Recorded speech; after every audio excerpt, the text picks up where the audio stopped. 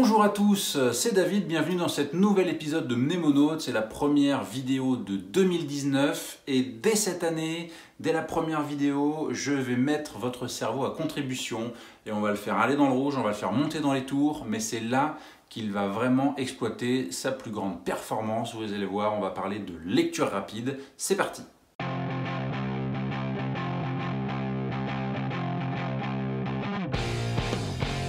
Avant d'aborder les secrets de la lecture rapide, j'aimerais tout d'abord en profiter pour vous dire que, oui, on a été séparés un petit peu longtemps ces derniers temps parce qu'il se passe plein de choses de mon côté.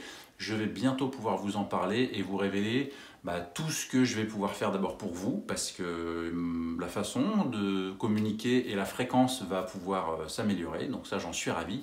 Et puis il y a plein de choses également qui se mettent en place de mon côté et dès que je pourrai vous en dire plus, je le ferai. Et petit moment, je dirais authentique, c'est vraiment, je vous souhaite très sincèrement à vous, comme à vos proches, comme à tous ceux que vous aimez, amis, famille, une bonne santé, une bonne année 2019. Profitez de ceux que vous avez, vraiment, montrez-le leur et kiffez la vie avec eux. Allez, sans plus attendre, on fonce dans les méandres de la lecture rapide avec tous les secrets de ce que j'ai pu découvrir ces derniers mois. Ça fait quelques mois maintenant que je la pratique assidûment et alors là vraiment j'ai découvert un univers extraordinaire. Avant de vous donner les mécanismes de la lecture rapide, j'aimerais faire un petit topo sur ce qui se passe aujourd'hui. En réalité, quand on a appris à lire, normalement la plupart d'entre nous ont appris à lire avec la méthode syllabique. Et dans la méthode syllabique, on associe les lettres pour faire des syllabes, on associe les syllabes pour faire des mots et on associe les mots pour faire des phrases. Sauf que quand moi je vous parle, vous ne pensez pas aux lettres qui sortent de ma bouche, qui forment les sons, qui forment les mots, qui forment les phrases. Vous écoutez l'histoire et je parle à une certaine vitesse. Mais vous êtes bien conscient qu'on est capable de penser à une vitesse bien supérieure de celle à laquelle on parle. Et oui, c'est ce qui fait que des fois, par exemple, on peut bégayer parce qu'il se passe tellement de choses dans notre tête qu'on a beaucoup de choses qui veulent sortir de notre bouche, mais la bouche ne va pas aussi vite que là-haut. Et donc, à un moment, ça se bouscule, il y a un goulet et on bégaye. Et en fait, qu'est-ce qui se passe? Tout simplement, le constat est le suivant, c'est on nous a appris à lire aujourd'hui, tout comme on aurait appris à marcher, à se déplacer à un enfant. Et une fois qu'il se déplace à quatre pattes, on lui dit « ça y est, c'est bon, il sait se déplacer, c'est génial ». Et puis après, on ne nous apprend pas à marcher, on ne nous apprend pas à courir. Et puis il y a un mec un jour qui passe à côté en courant, alors que nous on a quatre pattes, il dit « mais tu te traînes ?» Je lui dis « non, c'est comme ça qu'on m'a appris ». Oui, alors effectivement, on peut considérer aujourd'hui que la vitesse à laquelle la plupart d'entre nous peut lire, c'est pas la bonne vitesse. Et c'est de loin, pas assez rapide. La lecture rapide, ça ne veut pas dire saccager l'information et n'en lire que 30%. Alors là, ça c'est une idée préconçue sur la lecture rapide. Non, la lecture rapide, c'est bien lire la totalité du contenu, le comprendre en entier, mais alors aller 2, 3, voire 4 fois plus vite, sans problème. Alors, je viens de me munir d'un livre et en gros, voilà ce qui se passe sur un texte quand on lit. C'est, je ne sais pas si la mise au point va être bonne, mais en gros, on lit les premières lettres qui font la première syllabe, qui font le premier mot, on relit les premières lettres qui font la première syllabe, mais en fait notre œil, il ne va pas faire un mouvement linéaire. C'est-à-dire que notre œil, il va faire plein d'allers-retours pour décrypter et ensuite se rassurer. Mais il va perdre énormément de temps et énormément d'énergie, c'est pour ça que quand on lit longtemps, on a l'impression d'avoir les yeux fatigués. Oui, c'est normal, parce que alors là, l'œil, il a fait des micro-mouvements énormes.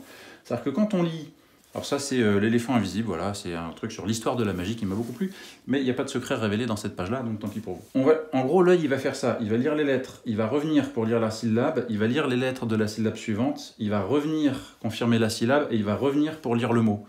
Ce qui fait que pour une seule ligne, notre œil, il va faire... Voilà. Et limite, si après, on ne va pas parcourir une fois la ligne pour refaire ça. Et à chaque ligne, c'est-à-dire que ligne du dessous, hop, on parcourt les lettres, les syllabes, on revient, les lettres, les syllabes, on revient, les lettres, les syllabes, on revient. Ce qui fait qu'en gros, quand on regarde les mouvements, parce qu'aujourd'hui, on est capable de mesurer les mouvements de l'œil, notre œil, il fait ça en permanence quand on lit.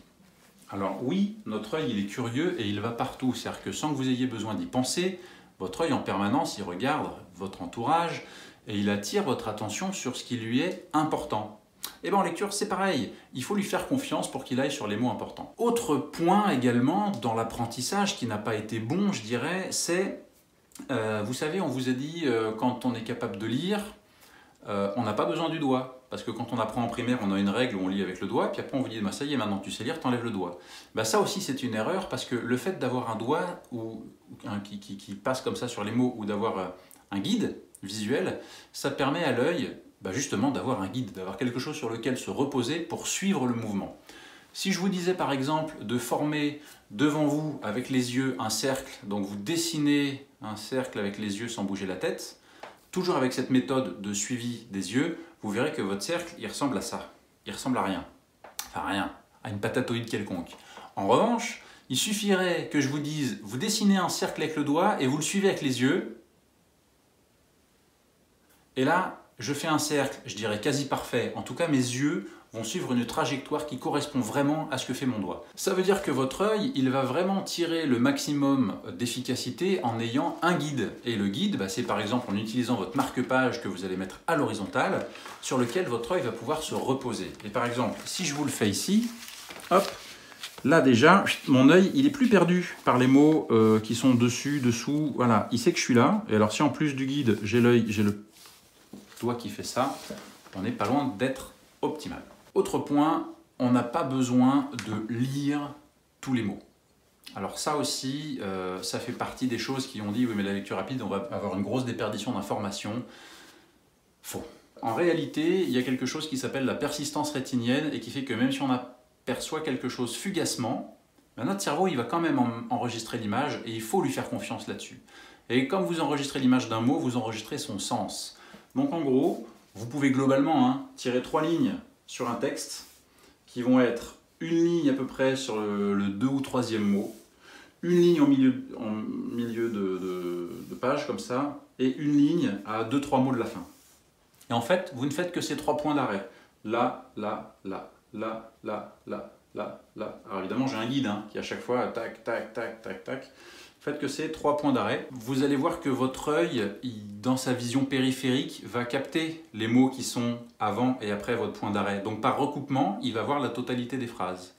Et vous n'avez pas besoin de vous arrêter, vous verrez que vous aurez capté l'ensemble des mots. Autre point, autre constat sur la lecture actuelle, c'est ce qu'on appelle la subvocalisation. En gros, on lit à la vitesse à laquelle on parle, globalement, la plupart du temps, et en plus de ça, les études ont été faites, donc là c'est formel, on se le raconte dans sa tête. C'est-à-dire que non seulement on le lit, mais en plus on a notre voix intérieure qui nous le lit à haute voix dans notre tête. Voilà, je ne sais pas si on s'entend nous-mêmes nous raconter l'histoire.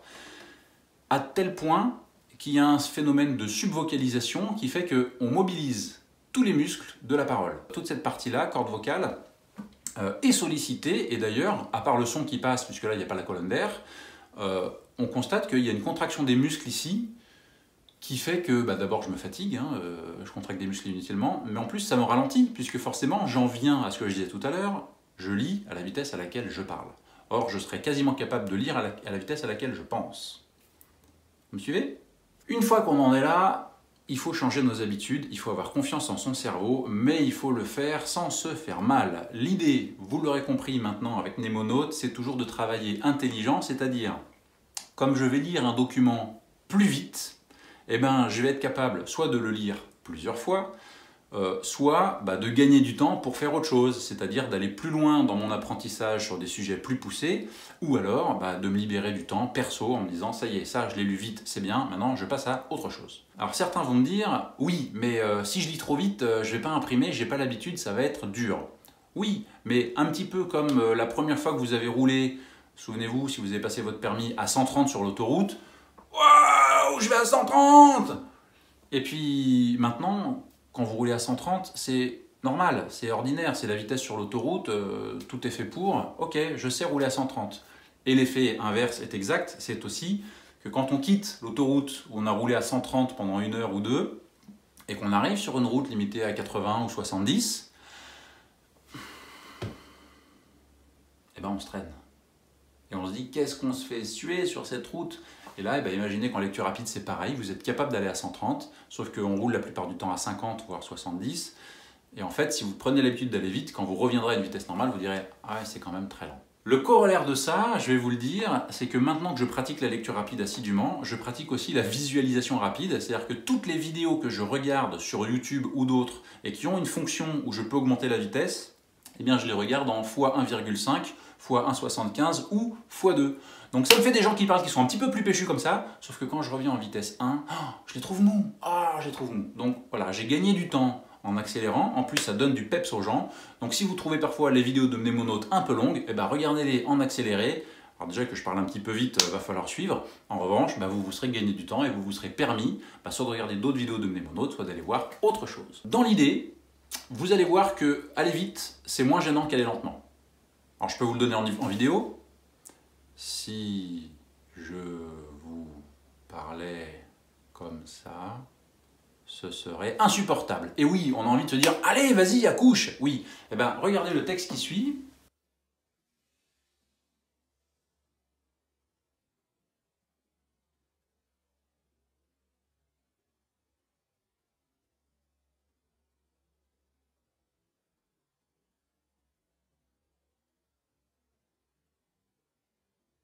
Vous voyez que votre œil, il demande qu'à aller plus vite. C'est insupportable. Alors que quand on va vite, voire très vite, votre œil suit.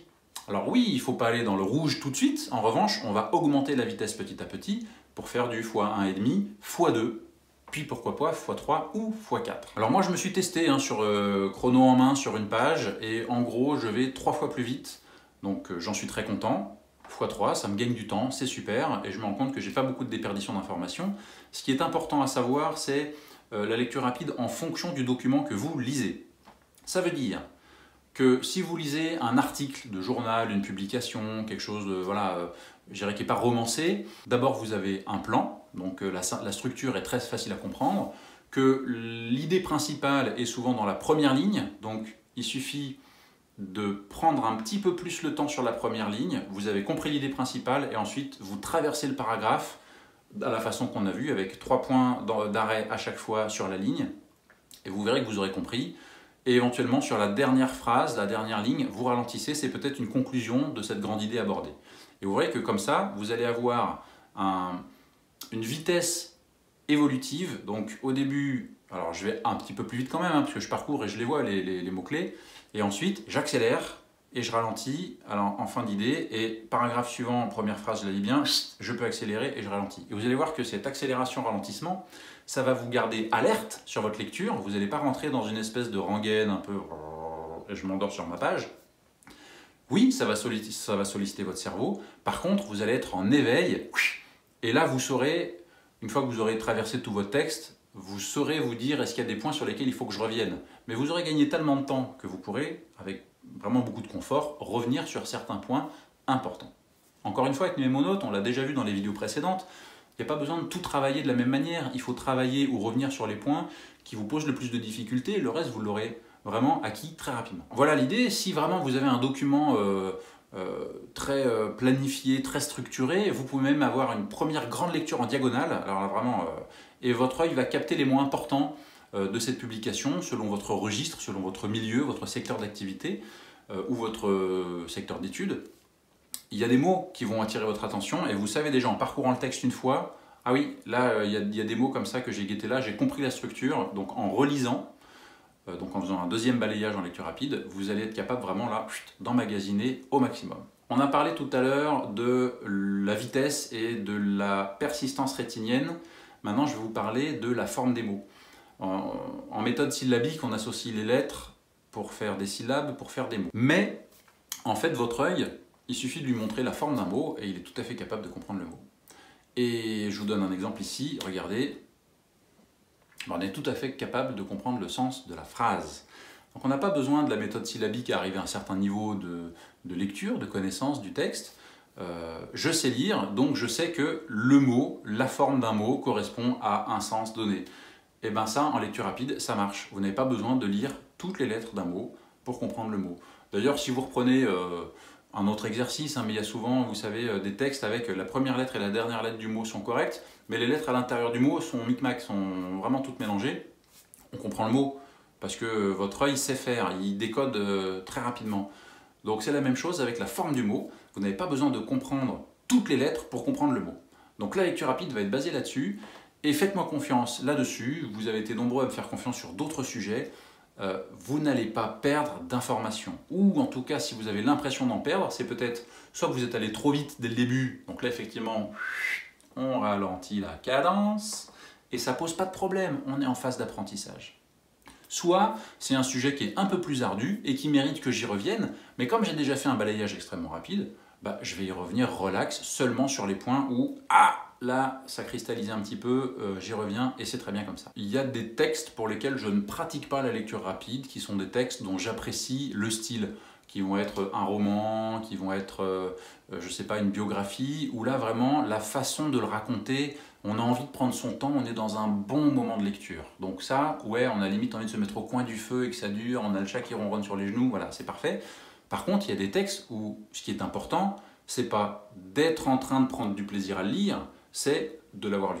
Donc, dans la mesure où votre résultat, quand vous ouvrez un texte, c'est de dire « ça, il faut que je l'ai lu », eh bien, pratiquez la lecture rapide. Vous avez, par exemple, des sites qui vous permettent soit de tester, soit de pratiquer la lecture rapide sur écran, parce que c'est vrai que la lecture rapide, là on en parle beaucoup, tel que moi je vous l'ai parlé là, c'est plutôt sur papier, où on peut suivre avec le doigt, avoir un guide avec le marque-page, mais sur écran, bah, vous n'allez évidemment pas suivre avec une règle ou avec votre doigt dessus, d'abord parce que mettre le doigt sur l'écran, après on a des grosses traînées puis on n'y voit plus rien, puis vous allez passer pour un neuneu, voilà, il faut se le dire.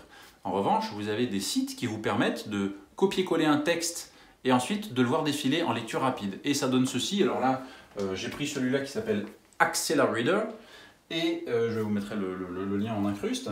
Et voilà ce que ça donne quand on commence.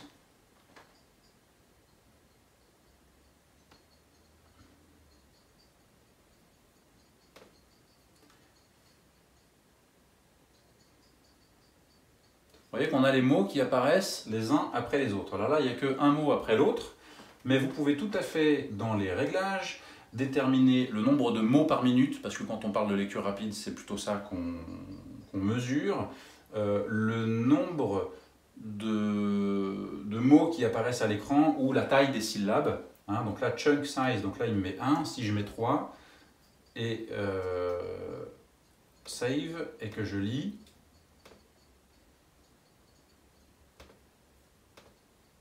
voilà. Donc là, j'ai 3 mots qui vont apparaître. Et là, je suis à 300 mots par minute. Je ne serai pas capable de le prononcer à cette vitesse-là. En revanche, on voit très bien que je suis largement capable, à 300 mots par minute, de comprendre ce qui apparaît à l'écran. Voilà, donc ça c'est Accelerator, c'est gratuit. Et après, vous voyez que ici, vous avez une fenêtre. Vous pouviez copier votre texte et vous êtes parti en lecture rapide. Donc c'est un excellent moyen de s'y entraîner et de le pratiquer, y compris sur écran, avec tout ce que vous voulez, des emails, des textes scientifiques, des articles, pourquoi pas des textes de loi, tout ce que vous voulez connaître et parcourir rapidement. En matière de lecture, pour le coup, moi je suis un amoureux des bouquins, voilà, j'aime m'en entourer, j'en ai une pile comme ça en permanence sur ma table de nuit, et c'est vrai que ça fait des années que je me dis, j'aurai jamais le temps de lire tout ce que je veux lire. Et bien grâce à cette méthode, j'ai le temps en tout cas d'en lire 3 fois plus que ce que j'aurais pensé pouvoir lire, et donc je suis très reconnaissant d'avoir pu apprendre cette méthode qui marche pour moi très très bien. En matière de lecture, je tiens également à saluer ma très chère amie Chris, qui est pour moi une des grandes lectrices et qui m'a donné goût à la lecture dans ma vie. Donc Chris, je t'embrasse très très fort. Et en attendant, d'ici la prochaine fois, j'espère que vous pratiquerez cette méthode. Si vous avez d'autres idées, surtout, n'hésitez pas. Et puisqu'on parle lecture, j'en profite pour vous parler d'une initiative qui m'a beaucoup touché. C'est Marie-Caroline Brault qui m'a contacté pour me demander mon avis de mnémonaute sur son bouquin. Donc j'ai trouvé ça super, d'autant que son bouquin s'inscrit totalement dans la logique maligne et intelligente que j'essaie de partager avec vous. Et elle a sorti un bouquin qui s'appelle « On fait tous des fautes ». Donc vous pouvez le chercher, eh bien, je vous mettrai le lien Amazon par exemple. Il est disponible en Kindle. En tout cas, elle ne nous assomme pas de fautes de grammaire, mais elle aborde l'ensemble des fautes qui sont régulièrement commises en français et elle les compare. Par exemple, le ça va avec le ça, sa, c'est, c apostrophe est, c, ces. Et comme ça, elle aborde tout un tas de pans de la grammaire française et elle vient à notre rescousse de façon simple et ludique. Et si je vous dis que vous allez pouvoir jouer au poker du participe passé, est-ce que ça a vraiment titillé votre curiosité comme ça l'a fait pour moi? Je n'en ai aucun doute. Donc vous allez sauter sur l'occasion pour aller parcourir ce bouquin. Vos commentaires sont nombreux, j'adore, vous me donnez plein d'idées, donc des vidéos, j'en ai des listes et des caisses à vous amener. On va y aller à la bonne vitesse, je ne peux pas faire du tournage en version rapide, en tout cas je prends le temps de vous remercier pour votre fidélité, et si vous pouviez partager évidemment cette vidéo, c'est comme ça que la chaîne grandit. On a passé les 24 000 au moment où je tourne cette vidéo, donc encore merci pour votre fidélité, pour votre engagement, c'est ça qui fait que la chaîne continue à vivre. Merci beaucoup pour cette journée, et j'ai envie de vous poser une question, et vous, qu'avez-vous fait pour votre cerveau aujourd'hui? Allez, n'oubliez pas de vous en souvenir, à bientôt.